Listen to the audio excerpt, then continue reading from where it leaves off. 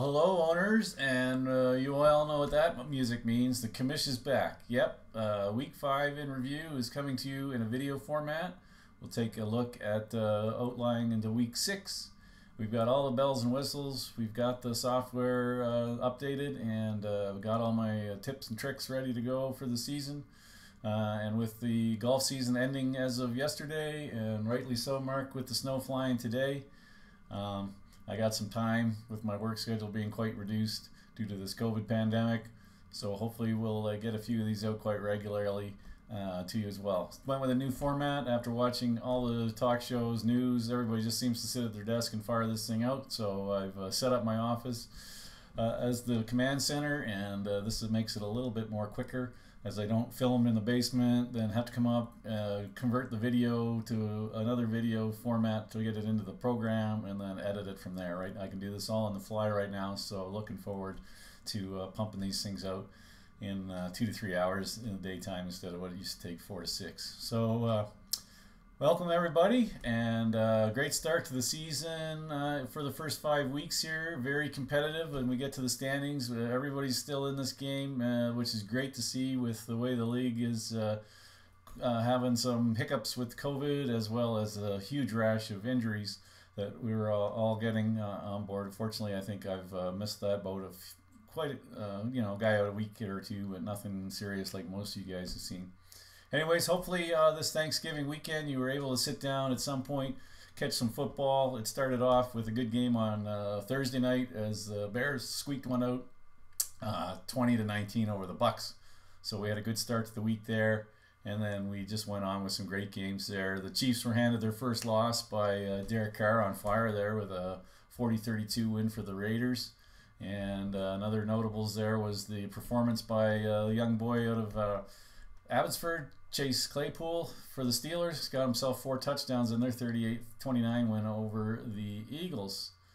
The football team had a highlight, even though they lost 30-10 to the Rams, was to see Alex Smith make his way onto the field after the horrendous leg break of a few years ago, and just had deadly complications from that.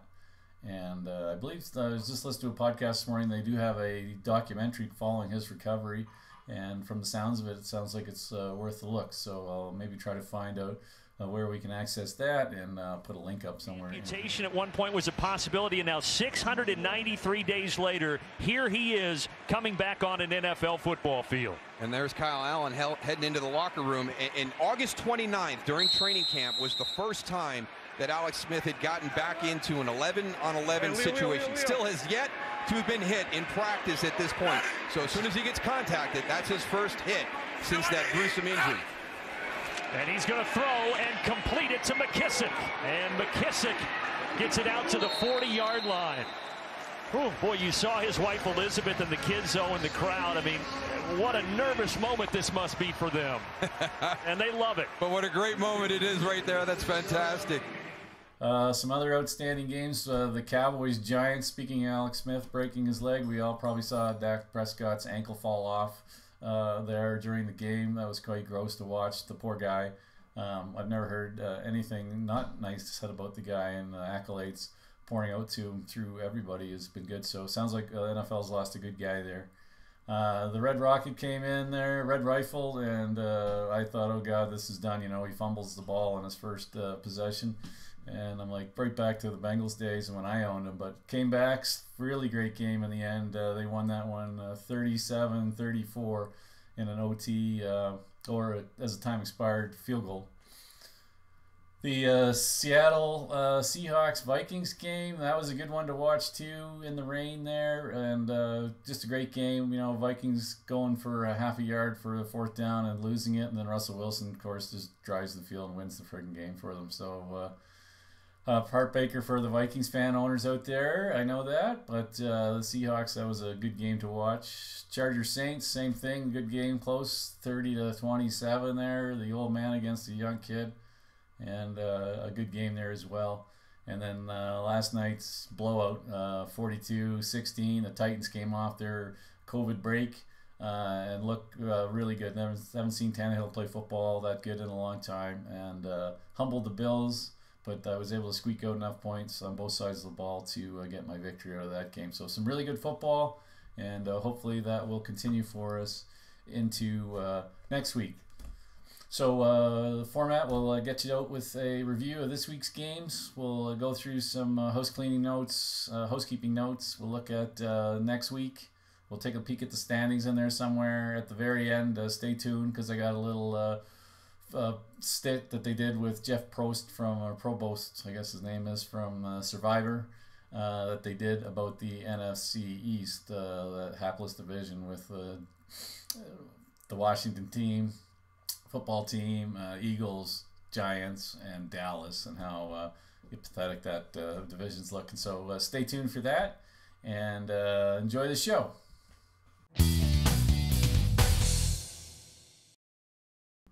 Okay, let's start on a high note with our reviews this week, and we'll start with Game of the Week. The Game of the Week I'm picking this week was Inglorious Stafford's Tuscany Mayhem.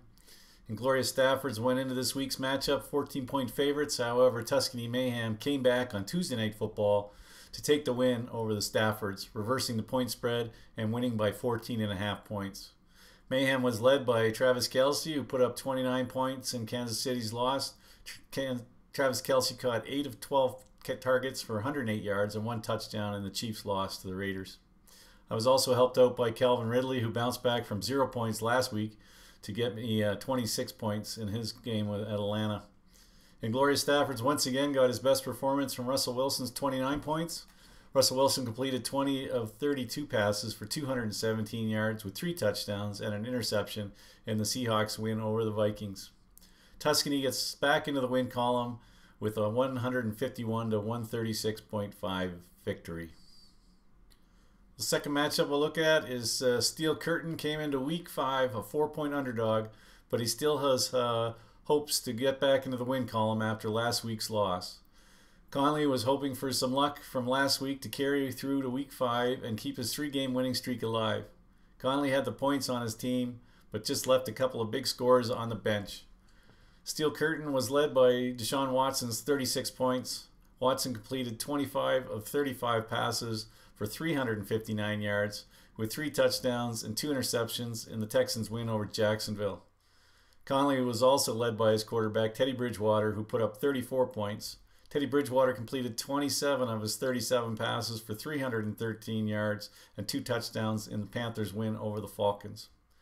Conley fell to Steel Curtain 140.5 to 155.5.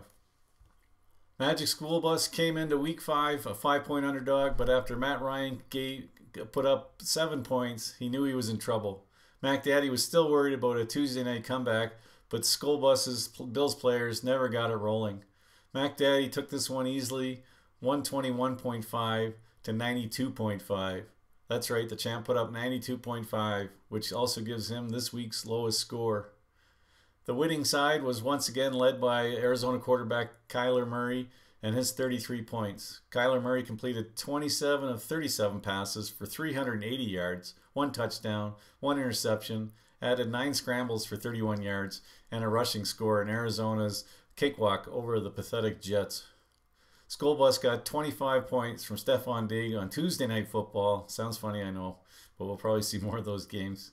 Stephon Diggs got 10 of 16 targets for 106 yards in the Bills' loss to the Titans. Lucas Kickers came into Week 3 a 2-point favorite, but too tired led this matchup from the start. Getting their 3rd win, while Lucas got her 3rd loss. DeAndre Hopkins is liking his new team and led with 30 points. DeAndre Hopkins caught 6 of 7 targets for 131 yards and 1 score in the Cardinals' win over the Jets. Lucas got a magical performance from Ryan Fitzpatrick and his 38 points. Ryan Fitzpatrick completed 22 of 28 points for 350 yards and 3 touchdowns in the Dolphins' 43-17 beating of the 49ers. Too Tired, for the 2nd week in a row, takes the week's high score with their 180 to 161.5 victory over Lucas Kickers. Congratulations, Zach and Brad. The Fockers were projected to lose by 18, and he did better than that, falling 104 to Jethro's 140. Jethro's Heroes got nice points from his wide receiving duo. They had 57 points combined. However, on his bench, he had 2 wide receivers who could have put up 82 points combined. Adam Thielen led with 29 points. He caught 9 of 13 targets for 80 yards and 2 touchdowns in the game against Seattle. The Fockers had little to celebrate, but Justin Herbert's 39 points at least got him ahead of Skull Bus for the lowest score. Justin Herbert put up 20 of 33 passes for 264 yards and 4 touchdowns, and the Chargers lost to the Saints on Monday Night Football. Our dog of the week was a 50-point drumming of Huey's Hogs took from Acadian Assassins. The Hogs came in as 8-point favorites and on a 3-game winning streak, but once again he couldn't avoid the injury bug. As his beloved football team saw Alex Smith return to the field after a nasty broken leg years ago, 3 channels over, Dak Prescott had his front foot torn free from his leg. His San Francisco players did not get the support from a short-lived Garoppolo return, and Michael Thomas' return from injury was put on hold due to a team suspension for fighting in practice. The Acadian Assassins got their favorite quarterback back in the lineup and took this one easily, 162.5 to 112.5. Patrick Mahomes put up 39 points for the Assassins. He completed 22 of 43 passes for 340 yards, 2 touchdowns, and 1 interception, and the Chiefs lost to the Raiders. While Huey's only bright spot was Darius Slater's 25 points. Slater caught 8 of 11 targets for 129 yards in the Giants' Week 5 loss to the Cowboys.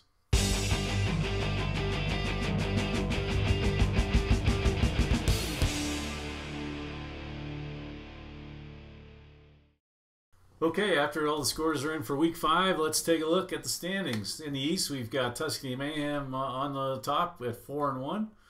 Connolly's Crusaders in second place at 3-2. And then the rest of the teams are sitting at 2-3. We've got Inglorious Stafford's Magic Skull Bus, Steel Curtain, and Mac Daddy's Madhouse. So that makes it a pretty tight race. On the east side of the board, we've only got the worst player 2 games out coming up on the hump.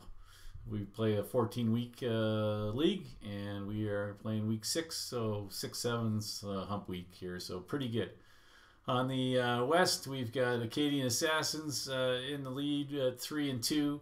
They're over top 2 Tired at 3-2 as well, and Huey's Hogs at 3-2, as she's beat both of those teams. And then we've got Lucas Kickers, Forces Fockers, and Jethro's Heroes at 2-3. So the West is super tight. So we'll see how that shakes up, because now it's crossover week starting, where the East goes in to visit the West, and that should make for some good football and hopefully shake up the standings some. Okay, for the season stats for the whole league over Week 5, we've got Tuscany Mayhem in first place, Acadian Assassins in second, 2 Tired in third, then Connolly Crusaders, Huey's Hogs, Lucas Kickers, and Glorious Staffers, Forces Fockers, Magic Skull Bus, Steel Curtain, Mac Daddy's Madhouse, and down in last place we have Jethro's Heroes. Some interesting stats. Points for, of course, Tuscany Mayhem leads that with 795.5 points, while our worst performer, and that is Jethro's Heroes, who's only put up 611.5 points. And for points against, teams don't fare well when they're playing Mayhem. They've only put up a total of 636.5 points, and that is a plus 159-point advantage for Tuscany Mayhem. Where on the other end of the stick, we go to Jethro's Heroes, who we mentioned before. Teams playing him put up 730 points to 611, and that is a deficit of 118.5. Home games, there is no advantage in our league, but Tuscany Mayhem, Acadian Assassins are both undefeated at home. And Magic School Bus is the only team that hasn't won at home, but he's only had 1 home game so far this season. And for away games on the road, 2 Tired, 2-1 are the best performers on the road, while Jethro's Heroes and Forces Fockers have yet to score on the win on the road. Winning streaks we got going into Week 6. We've got Mac Daddy's Madhouse and 2 Tired with a 2-game winning streak going. And on the bottom end, we have Lucas Kickers and Inglorious Staffords on a 3-game losing streak. And on the waiver wire boards, our most active coach is Connolly's Crusaders. He's made 16 moves so far since the season started. Jethro's Heroes at 15, Too Tired at 13, and Gloria Stafford's at 13 as well, and Forsy's Fokker with 13 moves. And then at the bottom end, our lowest movers are Steel Curtain at 5, and Tuscany Mayhem at 5, and Acadian Assassins at 6. So it seems the bottom end is the bottom two are happy with their team there, as Tuscany Mayhem and Acadian Assassins both lead their divisions. While other teams frantically try to improve to take over that #1 spot.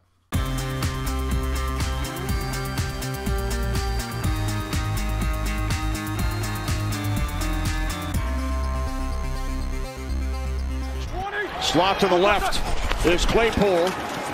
As Roethlisberger throws, Claypool makes the catch. His 4th touchdown today.